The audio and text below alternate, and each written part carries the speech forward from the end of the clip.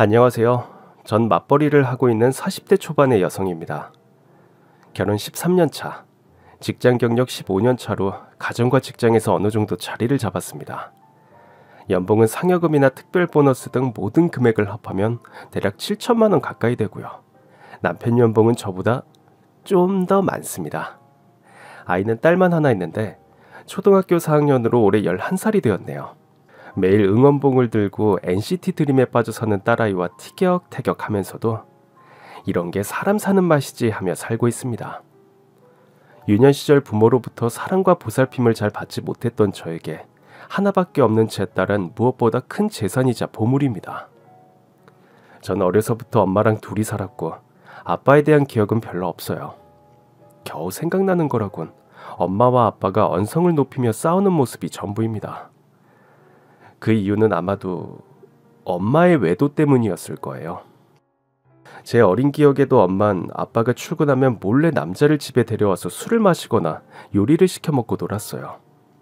어떨 땐 시내 술집이나 커피숍에 절 데려가기도 했어요. 어린 마음에 향긋한 김이 나는 커피를 홀짝이는 어른들을 보며 저게 무슨 맛일까 궁금했던 기억이 납니다.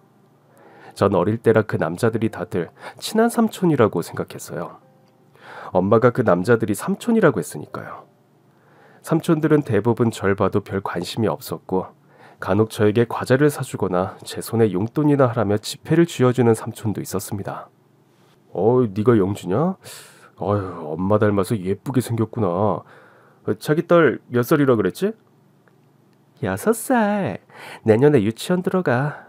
빨리 초등학교 입학했으면 좋겠어. 혹시 아빠가 외국인이야? 와, 피부가 어쩜 그렇게 하얗냐? 뭐래. 보면 모르나? 나 닮아서 그렇거든. 삼촌들 앞에서 까르르 웃던 엄만 생기가 넘쳐 흘렀습니다. 엄마가 삼촌들을 만나고 집으로 돌아갈 땐 언제나 저에게 단단히 입단속을 시켰습니다. 절대로 아빠한테 삼촌 만났던 일을 말하면 안 된다고 말이죠. 영지야, 오늘 삼촌 만난 건 아빠한테 비밀? 알지? 응, 비밀. 근데 엄마, 왜 아빠한테 비밀로 해야 해? 그건 영지랑 엄마랑 친하니까. 친한 사람은 비밀을 간직하는 거야. 우리 비밀은 어떤 일이 있어도 지켜야 하는 거 알지? 약속해? 엄마, 비밀 절대 지켜. 약속. 전 엄마와 한 비밀이니까 단 한 번도 아빠에게 삼촌 이야기를 꺼낸 적이 없습니다. 그럼에도 엄마의 수산쩍은 행동을 의심하던 아빤 몇 번이고 엄마의 외도 사실을 눈치채고 말았습니다. 그럴 때마다 엄만 적반하장으로 아빠한테 화를 냈고요. 그러면 두 분은 고함을 치며 싸우고 서로 욕을 하며 싸우고 서로 무시하며 싸웠습니다.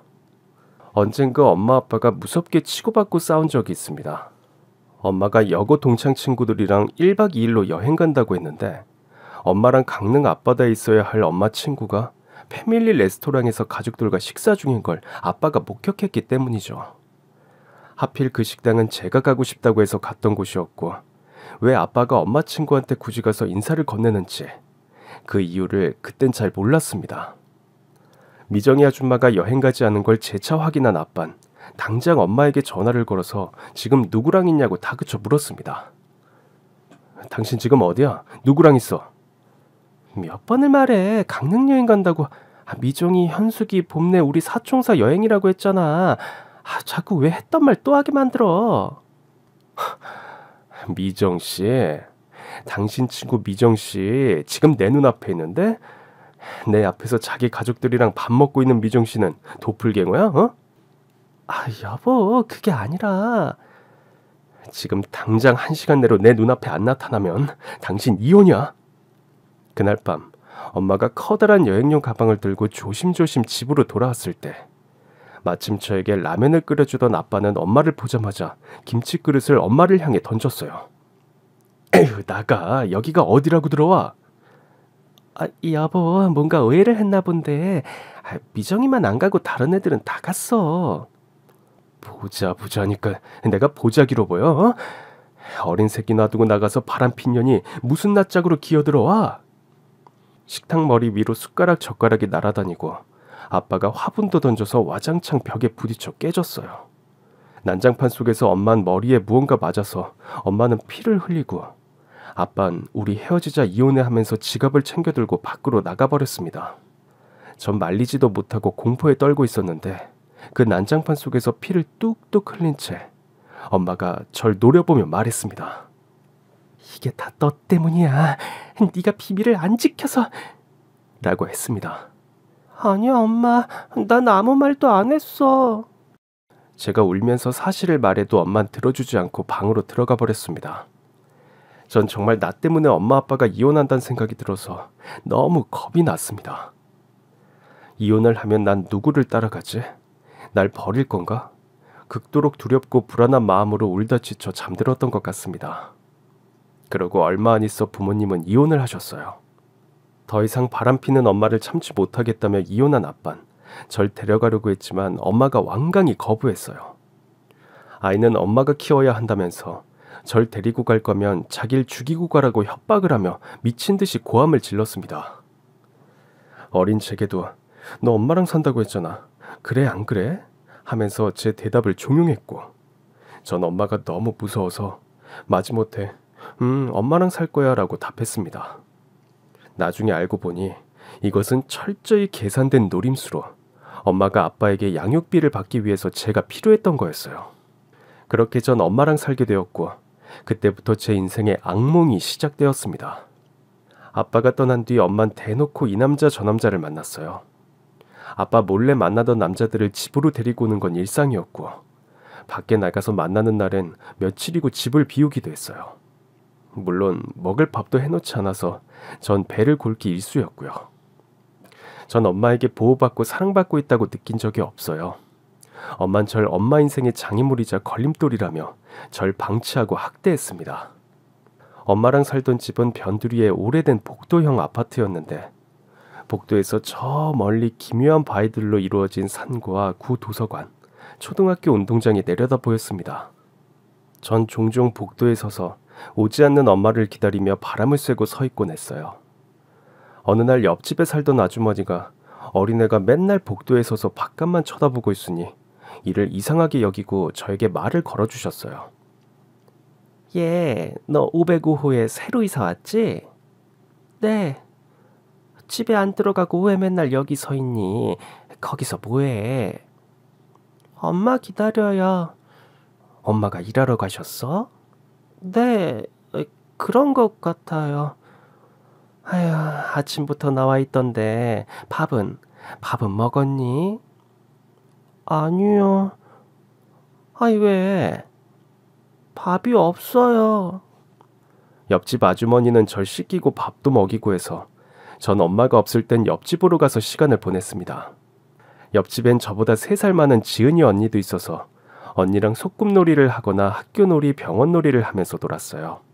전 지은이 언니에게 한글과 구구단을 배웠습니다. 언니 옷도 물려 입었고요. 초등학교 들어가서도 언니가 숙제를 봐주고 절 챙겨준 덕분에 학교 생활에 쉽게 적응할 수 있었습니다. 아주머니는 저를 둘째 딸처럼 챙겨주셨고 전 우리 엄마에게 받지 못한 가족의 정이란 걸 옆집에서 느꼈습니다. 엄만 제가 옆집에 가서 놀거나 옆집 언니 옷을 입고 있어도 여전히 무관심했고 엄마의 애정사가 제일 중했어요. 졸업식 때도 전 혼자였고 수업에 필요한 준비물이나 책을 사달라고 하면 엄마의 손찌검이 발길질이 이어졌습니다. 제가 중학생 2학년 올라가던 해 옆집 아주머니가 다른 지역으로 이사를 가게 됐을 때 전 제 인생 처음으로 세상이 무너지는 좌절과 절망감을 느꼈습니다. 옆집 아저씨가 사업이 망해서 부산에 내려가 있었는데 거기에서 어느 정도 자리를 잡았다고 가족들을 불러내렸고 그렇게 제가 가족처럼 믿고 따랐던 2사람이 제 곁을 떠나게 됐어요.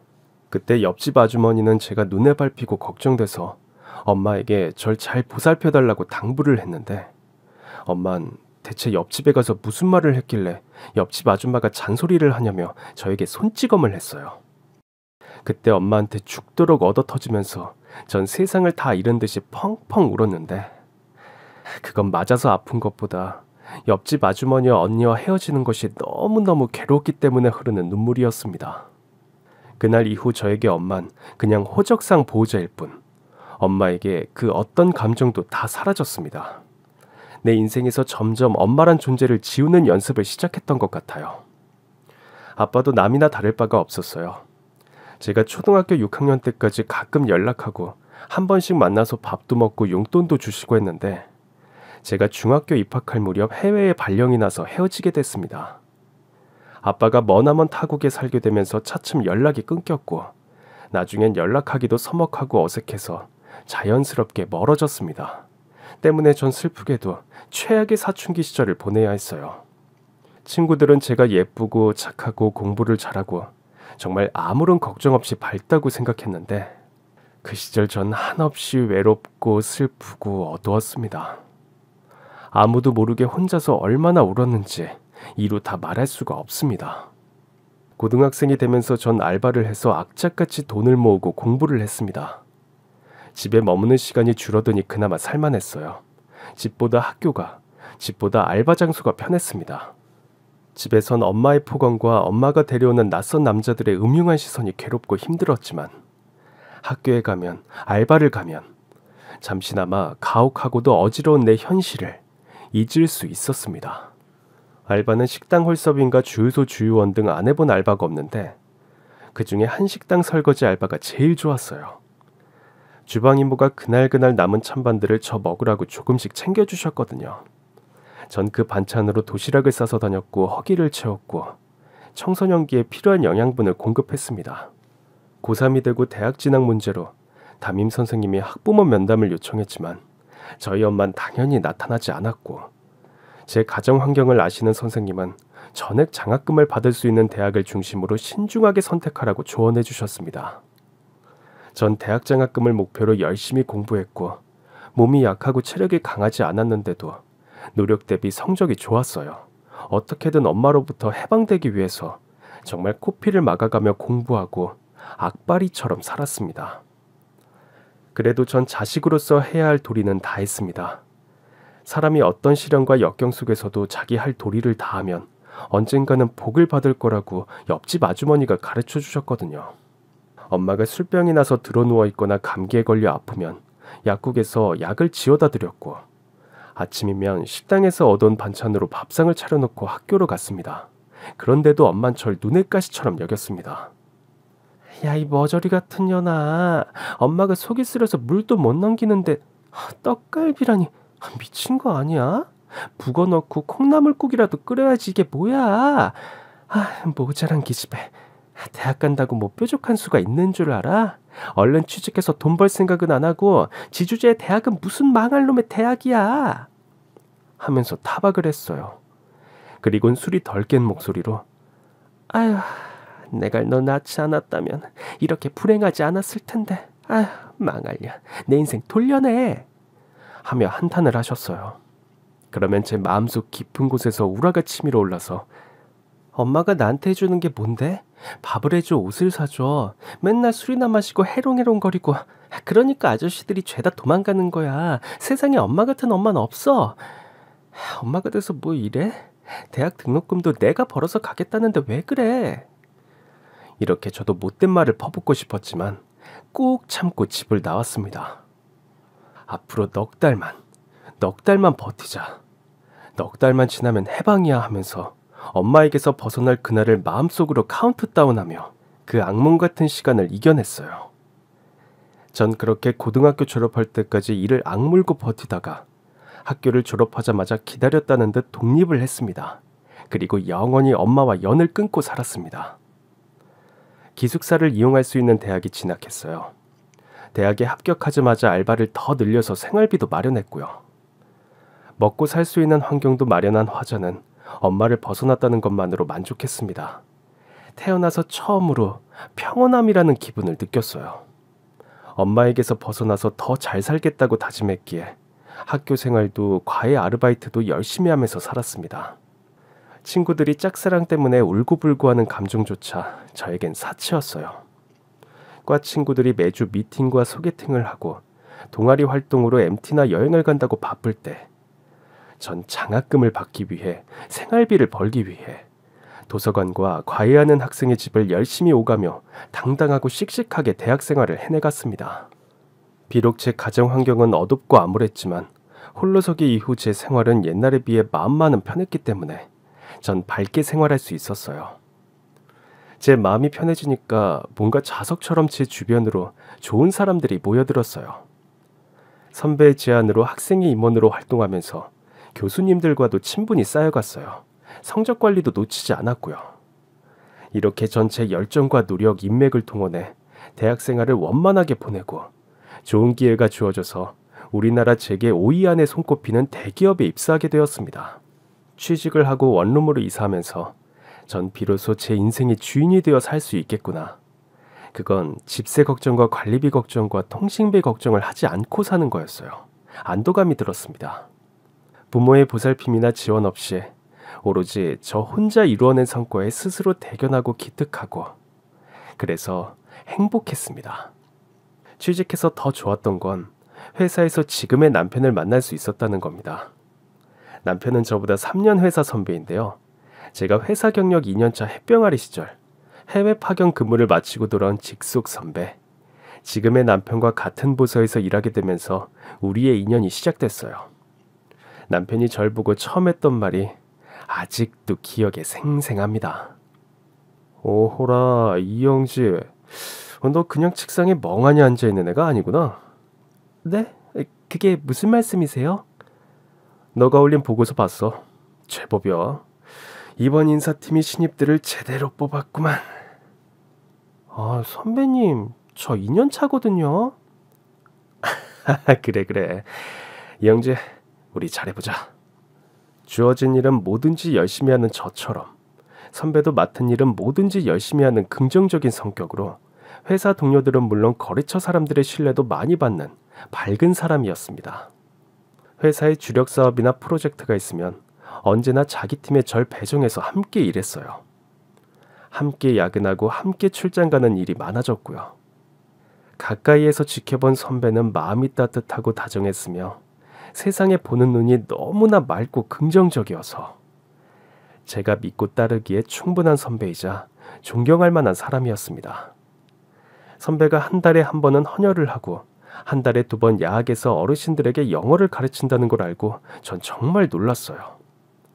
회사에서 동아리 활동에 스터디까지 하면서 언제 그런 봉사까지 하는지 선배의 번쩍이는 아이디어와 업무 추진력 그리고 따뜻한 심성에 매료된 전 선배에게 먼저 적극적으로 마음을 표현했고 선배도 단순한 직장 후배가 아닌 여성으로서 절 보게 되면서 저희는 자연스럽게 교제를 하게 됐습니다. 이영지, 이 보고서 뭐야? 너 메일 잘못 보낸 것 같은데? 선배한테 보낸 거 맞아요. 에? 아무리 봐도 네 연애 계획표 같은데. 너 연애하냐? 이제 하려고요. 선배, 저 지금부터 선배한테 고백합니다. 저 선배 좋아해요. 저랑 사귀어 주세요. 제가 싫으신가요? 아니. 그건 절대 아니야. 그럼요. 혹시 좋아하는 다른 사람이 있어요? 아니야, 그런 거. 그럼요. 아이, 이 녀석, 내가 먼저 고백하려고 했는데 선수를 뺏겨서 그런다, 왜? 아이, 넌 고백도 이렇게 빠릿빠릿하냐. 사실 선배와 관계가 무르익어 가면서 제 마음에 걸리는 무거운 짐 같은 게 있었어요. 네, 바로 제 가정 환경이었죠. 사람과 사람이 만나 연애를 하고 서로를 알게 되면 자연스럽게 가족이나 자라온 배경을 공유하게 되잖아요. 그런데 전 누구에게도 해본 적 없는 제 이야기를 꺼내놓기가 너무 힘들었어요. 그래도 사랑하는 사이에 뭔가를 계속 비밀로 한다는 게 꺼림칙하고 예의가 아닌 것 같아서 어느 날 불우했던 가정 환경과 악몽 같았던 제 어린 시절을 선배에게 털어놓았습니다. 선배한테 말 안 하면 어쩐지 선배를 속이는 것 같아서 말해요. 지금 하는 내 이야기가 부디 선배한테 부담이 안 됐으면 좋겠어. 뭔데 무섭게 이래. 뭐든 괜찮아. 마음 편하게 해. 말하기 힘들면 안 해도 돼. 아니요, 해야 돼요. 할 수 있어요. 선배도 아마 눈치챘을 텐데 우리 집, 그러니까 우리 가족 이야기예요. 말해봐. 그렇게 전 외도를 일삼던 엄마와 아빠가 이혼하게 된 경위와 엄마와 살면서 학대받고 방치됐던 제 어린 시절의 악몽들을 꺼내놓았습니다. 쉽지 않더라고요. 사랑하기에 잘 보이고 싶고 사랑하니까 더 예뻐 보이고 싶은 마음은 누구나 마찬가지 아닐까요? 전 숨기고 싶었던 천덕꾸러기 시절의 나를 있는 그대로 털어놓았습니다. 선배는 제가 걱정했던 것과 달리 오히려 말해줘서 고맙다며 지금까지 얼마나 힘들었냐며 절 더 보듬어 주었습니다. 우리는 회사의 공식적인 사내 커플이 되고 점점 더 서로를 의지하고 사랑하게 되었습니다. 그렇게 2년의 열애 끝에 결혼을 약속하게 됐는데요. 막상 결혼을 생각하게 되자 전 생각이 많아졌어요. 옛말에 결혼은 둘이서 하는 게 아니라 집안 대 집안이 하는 거라고 하니까 현실적으로 부모가 없는 제가 시부모님 눈에 들까 걱정이 됐습니다. 선배는 사랑을 듬뿍 받고 자란 티가 역력했거든요. 선배의 부모님은 분식집을 하면서 1남 2녀를 키우셨어요. 부유하진 않았지만 자식들이 하고 싶은 것은 무엇이든 할 수 있게 지원해주는 것이 부모의 도리라 여기시고 당신들이 할 수 있는 만큼 아낌없이 지지하고 지원해 주셨대요. 그래서 남편과 시누이들은 비록 가난해도 비굴하지 않고 언제나 당당한 모습으로 성장할 수 있었어요. 선배의 어머님은 선한 얼굴에 제가 꿈꿔왔던 엄마의 이상형. 한없이 다정하고 상냥하고 인자한 분이셨어요. 말도 너무 예쁘게 하셔서 녹음기로 어머님의 목소리를 녹음을 하고 따라 연습을 할까 싶을 정도였는데 알고 보니 독립운동가의 여식이라는 자부심이 엄청나셨어요. 전 상견례 겸 시부모님을 만나고 처음으로 부모님에게 사랑받는 기분을 느꼈습니다. 일찍이 부모의 이혼으로 아빠와 헤어지고 엄마와도 절연하게 된 제 사연을 꼬치꼬치 캐묻지 않으셨고요. 혈육은 있으나 부모는 없는 절 시부모님은 있는 그대로 받아주셨고 가족 문제는 전혀 문제가 되지 않는다며 오히려 더 따뜻하게 사랑으로 안아주셨어요. 그렇게 결혼을 하고 시부모님과 시누이들을 초대해서 저희 신혼집 집들이를 했을 때 옛날 한정식에서 서빙하며 어깨너머로 배웠던 구절판에 회무침에 떡갈비를 야심차게 준비해서 선보였는데요. 가족들이 반찬 하나하나에 감탄을 하면서 맛나게 드셔서 너무 행복했어요. 와, 우리 며느리 얼굴만 예쁜 줄 알았는데 요리 솜씨도 좋네. 장금이야 장금이. 내가 이렇게 고급 요리를 먹게 될 줄 몰랐다. 아유, 복덩이가 들어왔어. 잘 먹을게. 언니, 나중에 이 구절판 요리 레시피 좀 주세요. 언니 손맛 짱이에요. 이야, 오빤 복도 많아? 그렇지. 난 복을 타고난 럭키가이. 그냥 지나가는 공치사일 수도 있는 작은 칭찬에도 전 이런 게 가족인가 싶어서 주책맞게 눈물이 핑 돌았습니다. 가슴이 벅차올라 몰래 눈물을 훔치고 있으면 남편이 왜 누가 또 우리 자기를 울렸어? 하며 호들갑을 피우고 전 너무 기쁜 나머지 참지 못하고 또 펑펑 울어버렸습니다. 기쁜데 왜 이렇게 눈물이 나? 눈물샘이 고장났나 봐.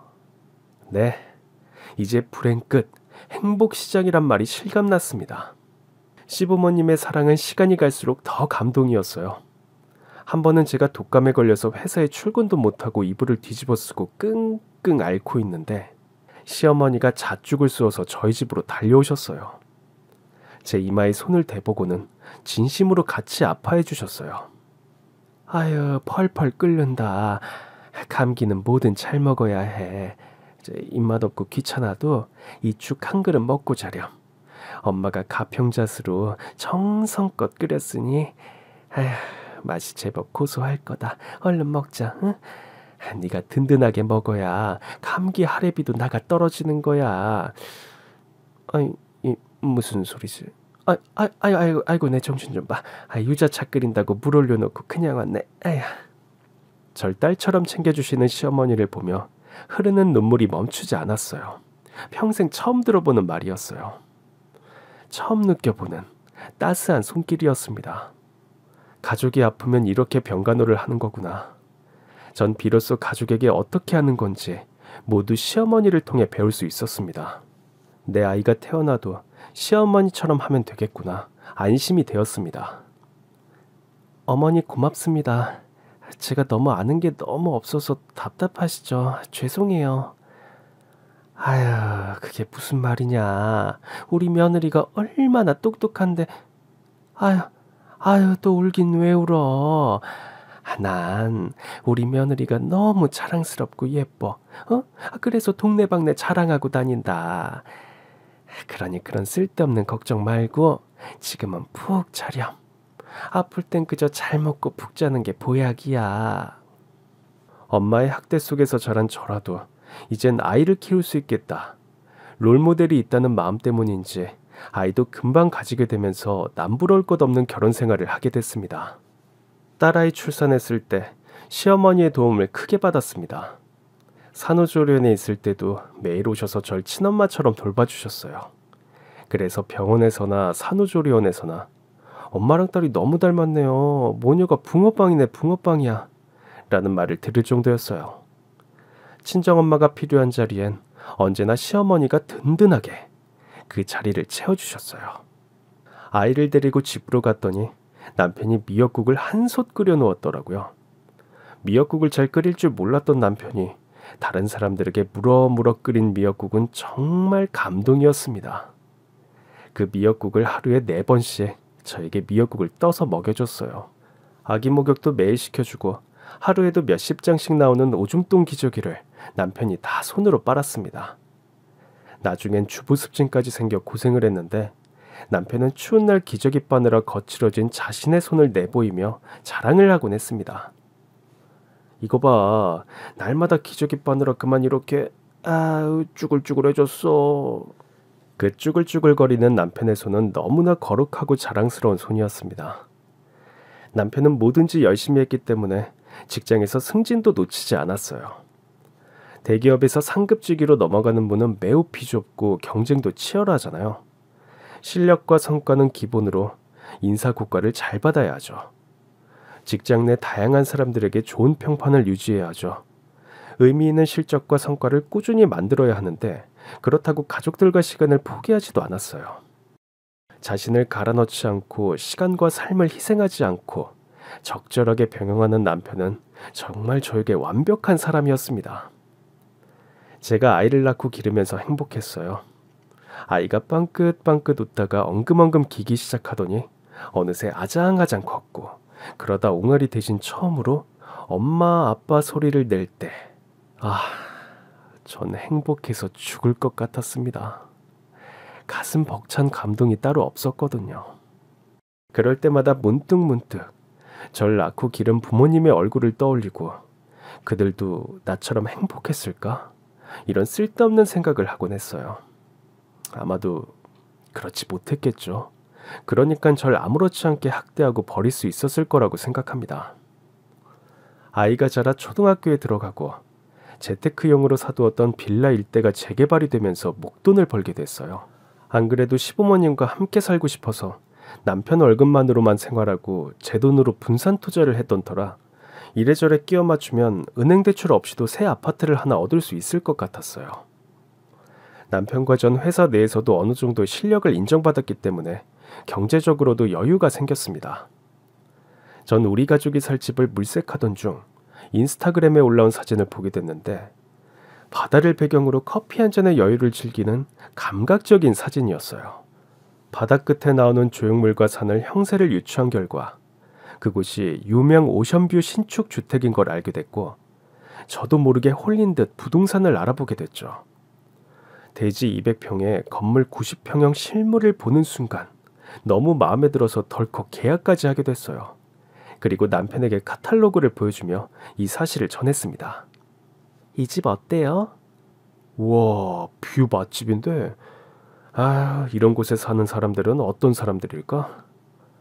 어떤 사람들인지 난 알지. 오, 아는 사람이 여기 살아? 여보, 우리가 살 거야. 여기 나랑 당신, 우리 정원이, 그리고 어머님과 아버님 다 같이. 나 여기 계약했어, 여보. 대박. 당신 언제 이렇게 돈을 모은 거야? 우리가 같이 모은 거지. 여보, 시부모님도 기뻐하실까? 여보, 당신 정말 부모님이랑 같이 살 수 있겠어? 나야 우리 부모님이니까 익숙하지만 자긴 어떨지 불편하지 않겠어? 아니야. 난 오히려 어머님, 아버님 같이 살 수 있어 너무 좋은데? 여보, 고맙다. 안 그래도 우리 엄마 아빠 전세 살면서 이사 다니느라고 진짜 고생 많이 하셨걸라. 아빠한테 얼른 이 소식을 전해드려야지. 행복했습니다. 고등학교 시절부터 악바리처럼 일해왔던 것이 다 이런 행복을 위해서였구나. 그런 만족감을 느끼기도 잠시 저에게 불청객이 찾아들었습니다. 사실 그 전화가 있기 전부터 제 주변에 수상한 낌새들이 있긴 했습니다. 퇴근하고 귀가했을 때, 주말 가족들이랑 마트를 다녀왔을 때, 집에 들어서면 누가 저를 꼭 지켜본 듯이 집으로 전화를 했어요. 전화를 받으면 아무런 말도 하지 않고 그냥 끊기를 서너 번. 대체 이게 무슨 일인가 기이하게 여기고 있을 무렵 그 여자에게서 전화가 왔습니다.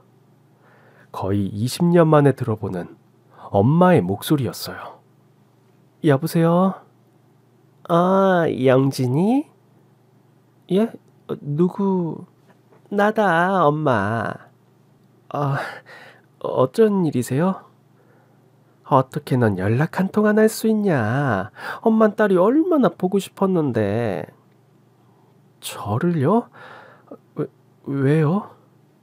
아니, 엄마가 딸을 보고 싶어 하는데 무슨 이유가 있어? 아휴, 넌 어쩜 그렇게 무심하니? 엄마가 잘못하긴 했지만, 그렇다고 혈육애정을 그렇게 싹도 칼같이 자르고 살아? 전 엄마가 울고 불며 절 보고 싶었다고 하니까 잠시 정신이 없었어요. 아니, 너무 오랜만에 연락이라 엄마 목소리를 듣고 좀 반가웠는지도 모르죠. 아무튼 엄마의 우는 목소리에 전 마음이 한없이 약해졌습니다. 지금 내가 살기 편하고 행복해서 그런가 문득 엄마를 만나보고 싶다는 마음마저 올라왔죠. 엄마 잘 지내시죠? 아니, 엄마는 못 지내. 어떻게 잘 지내? 딸을 그렇게 보내고. 아유, 엄마가 잘못했어, 딸. 정말 엄마가 죄인이야. 매일같이 참회 기도하고 있잖아. 지금은 어디 사세요? 너랑 가까운 데 살아. 내가 나이가 드니까 우리 딸 한번 봐야지 싶어서 대학교에 전화를 해서 네 소식을 물었잖니. 주소지가 너무 가까워서 엄만 한 걸음에 달려가고 싶은 마음을 꾹 참고 이렇게 전화를 하기로 했단다. 그저 내가 미안하고 또 미안해서 그러지. 이런 걸 결자해지라고 하나요? 엄마의 학대 때문에 절연했는데 엄마가 과거를 뉘우치고 사죄를 하니 마음이 좀 풀렸습니다. 결혼하고 아이를 낳고 시부모님과 행복이 넘치는 상태였기 때문에 과거의 악몽도 더 이상 절 괴롭히지 못할 거라 자신했던 것 같아요. 그렇게 엄마와 다음에 한번 만나자는 약속을 하면서 전화를 끊었습니다. 이제 제 인생은 꽃길만 펼쳐질 것 같은 기분이었어요. 하지만 그건 저의 엄청난 착각이었습니다. 그날은 가족들과 오션뷰 주택을 보러 간 날이었습니다. 아들 손주들이 살 집이라고 같이 보러 오신 시부모님은 너희끼리 잘 살면 됐지. 우린 다 늙어서 괜찮아. 니들 불편하게 왜 그러냐? 손사래를 치시면서도 아이고 여기다가 텃밭을 만들면 상추, 가지, 토마토 키워 먹는 재미가 쏠쏠하겠다. 아유 여보 여기 좀 봐. 안방에 목욕탕이 들어있고 창밖으로 바다가 보이네. 아이고 이게 무슨 호사요. 말로만 듣던 호텔 같은 집이네. 하면서 어린아이처럼 좋아하셨어요. 어머님 우리 같이 살아요. 어머님 일평생 소원이 이런 주택에서 한번 살아보는 거라고 하셨잖아요. 제가 그 소원 이뤄드리고 싶어서 정말 악착같이 돈을 모았답니다. 아유 어쩜 얘는 내가 그냥 지나가는 말로 했던 말을 다 기억하고 이렇게 우리까지 생각하더니 고마워서 어떡하니. 그래 며느라가 살다 네 덕분에 이런 호강을 다 누리는구나. 아버지 어머니 저 섭섭합니다. 부부는 일심동체 저도 같이 벌었거든요. 아이고 내 새끼. 아이 너도 고생 많았지? 아휴, 너희들 정말 장하구나. 엄마, 내 방은 어디야? 딸아이 손을 잡고 아이 방으로 들어가려는데 갑자기 현관문에 인기척이 느껴졌어요. 누군가 하고 봤더니 세상에 엄마가 깡패 같은 남자와 함께 들어왔어요. 안 본 사이 엄마는 더 늙고 더 추레해진 얼굴에서 그동안의 고생과 방종과 타락의 삶을 엿볼 수 있었습니다. 사람의 나이가 50이 넘으면 자기 얼굴에 책임을 져야 한다는데 그건 그 사람의 역사가 고스란히 얼굴에 새겨지기 때문이겠죠. 그렇다면 저희 엄마는 그동안 술, 담배, 도박과 남자들에 미쳐 살았던 흔적들, 천박하고 비열하고 추잡한 얼굴이 되어 친엄마랍시고 갑자기 나타나 저를 향해 악몽처럼 걸어왔습니다. 영지야, 엄마다. 엄마, 여긴 어떻게 알고 왔어요? 내 딸이 집을 사는데 친정엄마가 당연히 와봐야지. 그게 엄마의 도리 아니겠니? 그리고 인사드려라. 여기 새아빠. 송여사, 이렇게 잘난 딸을 뒀는지 몰랐네. 아주 반갑다 얘야. 내가 네 새아빠다. 네? 전 갑자기 나타난 엄마도 당황스럽고 난감했지만 새아빠라고 데려온 건달 같은 남자를 보고 더 기가 찼습니다. 그 남자는 새 집을 쓱 훑어보더니 탐욕스럽게 말했어요.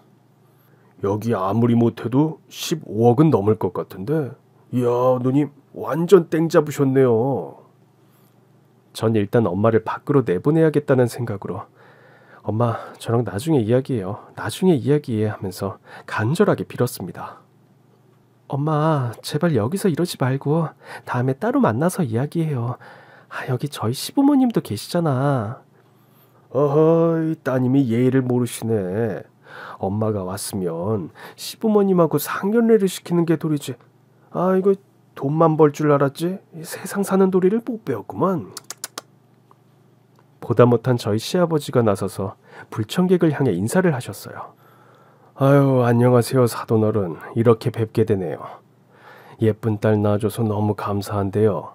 지금 이렇게 찾아오시는 건 우리 아이가 힘들어하는 것 같으니 다음에 따로 약속을 잡고 만나시는 게 어떻겠습니까? 그러자 엄마가 갑자기 소리를 빽빽 질렀습니다. 지금 못들 하는 거야. 어떻게 나만 빼고 시댁 식구들과 이런 데서 살 수가 있어? 그렇지. 이보슈, 얜 내가 낳은 딸이에요. 그러니까 나도 이곳에 살 권리가 있다 이거야. 그렇고 말고. 남자는 맞장구를 치면서 집안을 휙 둘러보고는 건들거리며 말했습니다. 누님 말씀이 다 맞습니다. 이 정도면 시댁 친정 양가부모 다 같이 살아야지. 그래야 자식된 도리지. 그런데 뭐? 나더러 나가라 마라 하는 거야. 아이씨.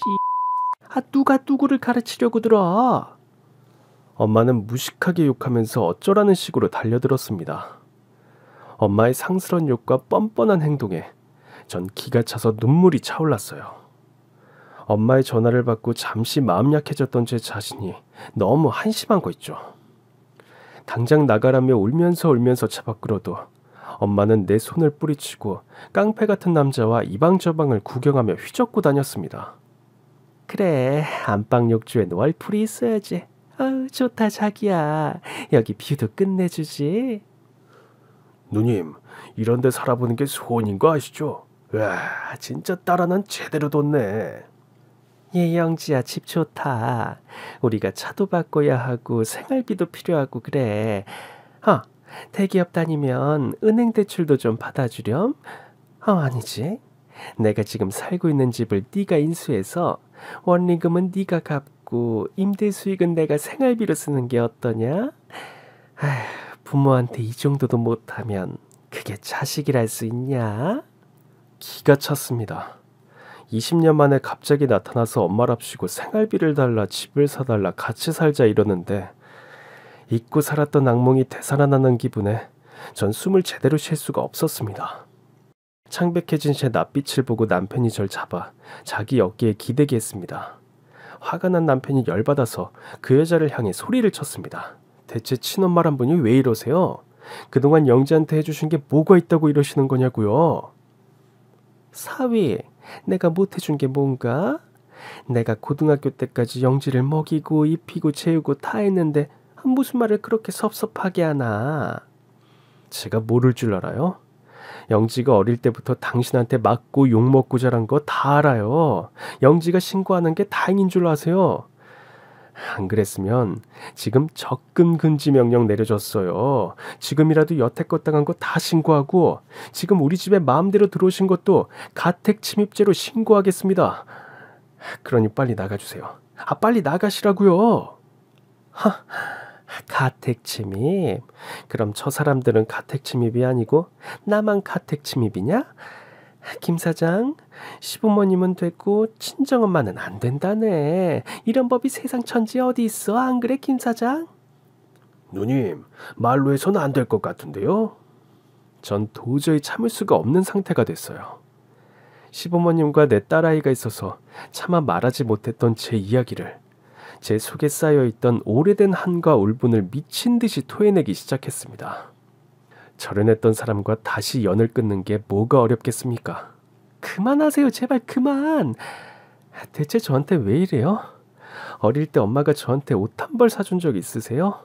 초등학교 때 책 한 번 사준 적 있어요? 학교 준비물이란 게 있다는 걸 알기나 했어요? 준비물 산다고 돈을 달라고 하면 늘 맞았어요. 그것도 늘 옆집에서 얻었어요. 밥도 반찬도 제대로 해준 적이 없었고요. 옆집에서 얻어먹거나 식당에서 받아왔었어요. 엄마, 저한테 등록금 한번 해준 적 있으세요? 저 대학부터 제 힘으로 벌어서 살았어요. 학비도 장학금으로 다녔고 알바는 과외부터 식당 알바까지 안 해본 게 없었어요. 내가 그때 무슨 힘으로 버텼는데 당신한테 벗어나는 거 그거 하나 보고 살았다고요. 엄마로서 해야 할 의무는 하나도 하지 않으면서 어떻게 권리를 이야기하죠? 대체 당신을 어떻게 믿고 제 아이들을 맡겨요? 저는요, 제 인생에서 제일 잘한 일이 엄마와 절연한 거예요. 자식이 부모와 연을 끊는 게, 천륜을 끊어버리는 게 그게 쉬운 일 같아요? 제가 오죽하면 그랬겠어요. 다시 돌아가고 싶지 않아요. 제발 털끝만큼이라도 혈육의 적이 남아있다면, 적어도 내 엄마라면 지금 나가주세요. 제발 나가라고요. 전 눈물을 흘리며 엄마 손을 잡고 데리고 나가려는데 엄마가 절 바닥에 내팽개치며 욕을 퍼부었습니다. 그 옛날의 모습 그대로 건달은 겉으로 엄마를 말리는 신용을 했습니다. 에이 누님, 이 폭력은 안 돼. 나봐. 내 집 놔두고 내가 어딜 나가. 너 말 잘했다. 내가 너 코아원 안 보내고 거두느라고 얼마나 힘들었는지 알아? 내 인생은 너 때문에 불행해졌는데 불쌍한 내 인생은 누가 보상해줘? 이제 너가 살만하면 나한테 보답을 하는 게 인지상정 아니야? 이제 나 곧 환갑인데 다른 집은 엄마한테 해외여행이다 용돈이다 파리마리 선물하고 꽃다발도 주는데 환갑잔치는 못해줄 망정. 딸내미 하나 있는 게 이렇게 모질다 모질어. 이 불효 막심한 년아. 그 여자의 모든 말이 역겨워서 토할 것 같았어요. 학창시절 저를 학대하고 학업에 열중할 수 없게 알바까지 하게 만들었던 사람이 이제 자식이 자력으로 작은 성공을 이루었다고 나타나서 인생에 빨대를 꽂으려는 것이 너무 얄밉고 너무 뻔뻔하고 너무 미웠습니다. 그때였어요. 이 모든 이야기를 듣고 있던 시어머니가 벌개진 얼굴로 먼지털이 총채를 손에 들고 무섭게 버럭 소리를 지르셨어요. 그 모습은 마치 대한독립 만세를 외치는 유관순 열사 같은 포스로 기계가 넘쳤고 단전에 힘을 주어 내뱉는 소리는 거실에 우레와 같이 울려 퍼졌습니다. 야! 이 미친 여편에 당장 나가지 못해? 네가 감히 여기가 어디라고 새 서방을 데리고 나타나 이 집을 뺏으려고 드느냐? 여긴 우리 아들과 며느리의 피땀으로 일군 보금자리다.